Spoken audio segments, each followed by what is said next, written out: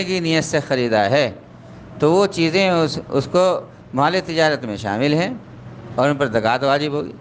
ایک آدمی کی دکان بڑی لمبی چوڑی ہے، یا کپڑے کی دکان ہے یا کسی اور چیز کی دکان ہے، سامان بہت زیادہ ہے، ایک ایک چیز کی قیمت لگانا اس کے لیے مشکل کام ہو رہا ہے، تو اس کے لیے علماء نے یہ اجازت دی ہے کہ جتنا بھی سامان اس کی پوری دکان میں لگا ہوا ہے، اس سامان کو اگر وہ مکمل طور پر بیچنا چاہے یکمشت تو وہ کتنے میں بک جائے گا۔ سارا سامان دکان کا ایک ایک چیز نہیں، مکمل طور پر کتنے میں چلا جائے گا، جتنے میں وہ چلا جائے بس اس کی وہ قیمت مان لی جائے اور اس کو زکوٰۃ میں شمار کر لیا جائے تو زکوٰۃ اس کی ادا ہو جائے گی۔ سمجھ میں آ رہی بات؟ تو ہر وہ چیز جو بیچنے کی نیت سے انسان نے خریدی ہے، چاہے وہ مکان ہو، چاہے وہ دکان ہو، چاہے وہ اور کوئی سامان ہو، چاہے وہ کوئی پلاٹ ہو، چاہے کوئی فلیٹ ہو، تو جو بھی بیچنے کی نیت سے ہے ہر وہ چیز تجارت میں، مال تجارت میں شامل ہوگی اور اس پر زکوٰۃ واجب ہوگی۔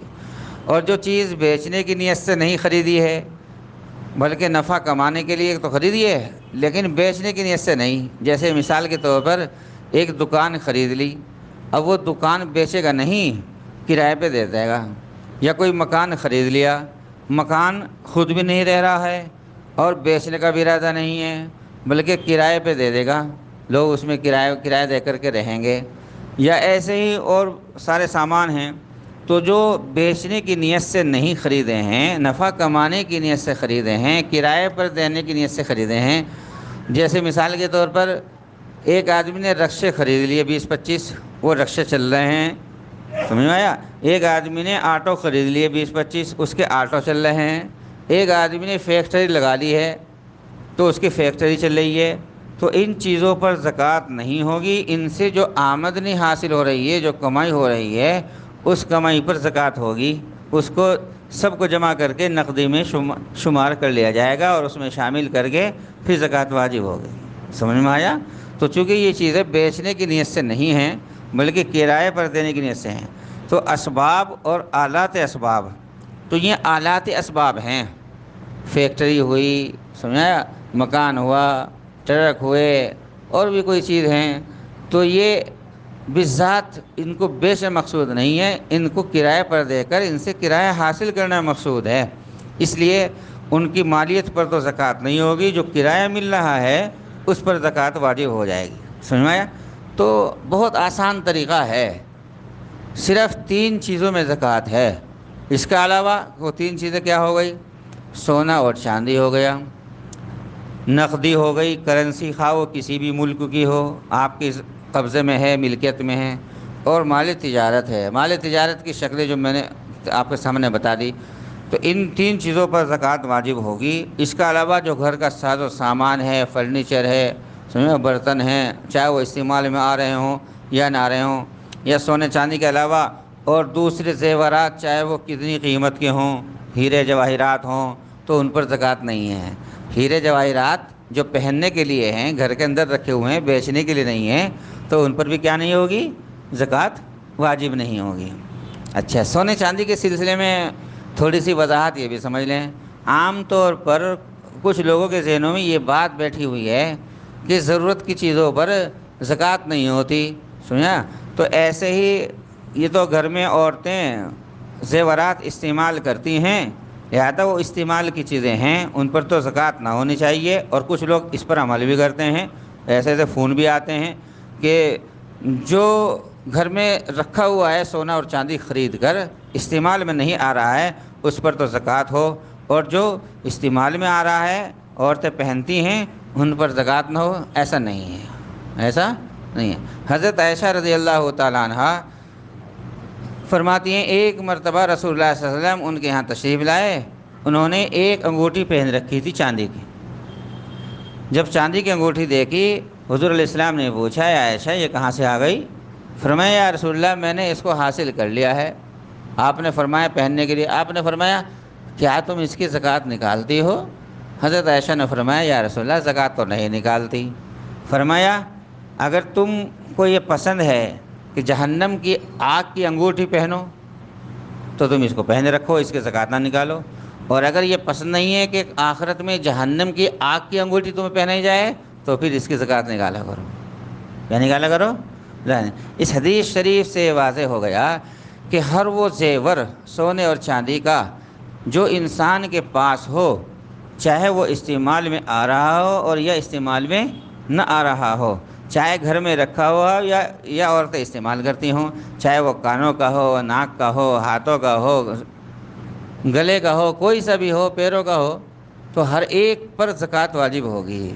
جو بھی اس کی بازار میں قیمت ہے آپ کے سونے اور چاندی کی، جو اس میں قیمت ہے، جو اصلی سونا اس کے اندر ہے، جو کھوٹ ملا ہوا ہے اس کو ہٹا کر کے، جو اس کے اندر موتی لگے ہوئے ہیں ان کو نکال کر کے، جو خالص سونا ہے اس سونے پر زکوٰۃ واجب ہوگی۔ سمجھ میں آئی بات؟ اب کرنا کیا ہے؟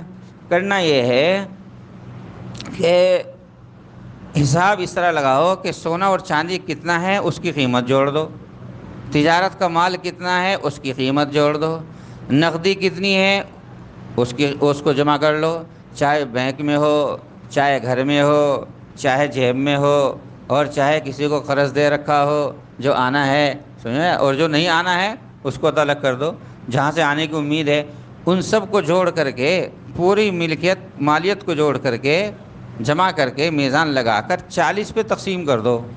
کیا کر دو؟ 40 پہ تقسیم کر دو، سب کو جوڑ کر کے 40 پہ تقسیم کر دو، جو حاصل قسمت آئے گا وہ زکوٰۃ ہے پورے مال کی۔ 40 پہ تقسیم کرنے کے بعد جو آیا وہی پورے مال کی آپ کی زکوٰۃ نکل گئی۔ اسی کو 40واں حصہ کہتے ہیں، اسی کو 2.5% کہتے ہیں۔ کیا کہتے ہیں اس کو؟ 2.5% بھی اسی کو کہتے ہیں اور 40واں حصہ بھی اسی کو کہتے ہیں۔ تو سارے مال کو جوڑ کر کے 40 پہ تقسیم کر دو، جو حاصل قسمت آ جائے وہ آپ کے پورے مال کی زکوٰۃ ہے۔ اچھا، جو لوگ زکوٰۃ ادا نہیں کرتے ہیں، اپنے مال کی زکوٰۃ ادا نہیں کرتے ہیں، ان کے سلسلے میں قرآن و حدیث میں بڑی سخت وعید آئی ہیں۔ چنانچہ جو آیت میں نے پڑھی اس کا ترجمہ یہ ہے کہ جو لوگ یکنزون الذھب والفضہ، جو لوگ سونے کو اور چاندی کو جمع کر کے رکھتے ہیں، ولا ينفقونها فی سبیل اللہ، اور اللہ کے راستے میں خرچ نہیں کرتے۔ اللہ کے راستے میں خرچ نہیں کرنے کا مطلب کیا ہے؟ یعنی جو اس میں اللہ کا حق مثلاً زکوٰۃ ہے اس مال کی، وہ زکوٰۃ نہیں دیتے، اور صدقہ فطرہ اس سے ادا نہیں کرتے، بقرعید کے موقع پر اس مال سے قربانی نہیں کرتے، اور یتیموں کا، غریبوں کا خیال نہیں کرتے، یہ سب ولا ينفقون فی سبیل اللہ فبشرهم بعذاب علیم، تو ایسے لوگوں کو دردناک عذاب کی سزا سنا دیجئے کہ آخرت میں دردناک عذاب ہوگا۔ وہ عذاب کیا ہوگا؟ یوم یحمى علیہا فی نار جہنم فتقوی بہا جباہہم وجنوبہم وظہورہم، کہ قیامت کے دن اس سونے چاندی مال و دولت کو جس کو جمع کر کے رکھا تھا، اس کو جہنم کی آگ میں پنگلایا جائے گا، اور جہنم کی آگ میں اس کو تپایا جائے گا، اور تپنے کے بعد جب وہ انگارہ بن جائے گا اور ایسا بن جائے گا جیسے لوہار کی بھٹی میں لوہے کو جب گرم کیا جاتا ہے تو بالکل سرخ بن جاتا ہے، جب جہنم کی آگ میں یہ مال اتنا سرخ ہو جائے گا، بالکل انگارہ بن جائے گا، اس مال کے ذریعے سے پھر اس کی پیشانی کو داغا جائے گا، اور اس کے پہلو کو داغا جائے گا، اور اس کی پشت کو داغا جائے گا، اور پھر کہا جائے گا فذوقوا العذاب بما کنتم تکنزون ھذا ما کنزتم لانفسکم، جو تم نے دنیا میں اپنے لیے جمع کر کے رکھا تھا یہ وہ مال ہے تمہارا، وہ خزانہ یہ ہے، لہذا اب اس کا عذاب چکھتے رہو۔ کیا کرتے رہو؟ اس کا عذاب چکھتے رہو۔ اور بھی حدیث شریف کے اندر بڑی تفصیلات آئی ہیں۔ بہرحال زکوٰۃ ادا کرنے سے مال کبھی گھٹتا نہیں ہے۔ رسول اللہ صلی اللہ علیہ وسلم نے فرمایا ما نقصت صدقۃ، صدقہ کبھی بھی مال کو کم نہیں کرتا ہے۔ زکوٰۃ نکالنے سے ایک فائدہ یہ ہوتا ہے کہ زکوٰۃ کے معنی آتے ہیں پاک کرنے کے۔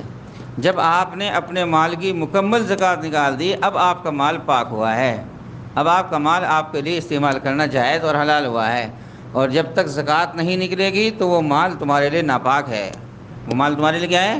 گندا ہے، ناپاک ہے، اس کا استعمال جائز نہیں۔ یعنی زکوٰۃ نہ نکالنے کی وجہ سے پورا مال تمہارا خراب ہو رہا ہے، اور زکوٰۃ نکالنے سے پاک صاف ہو رہا ہے۔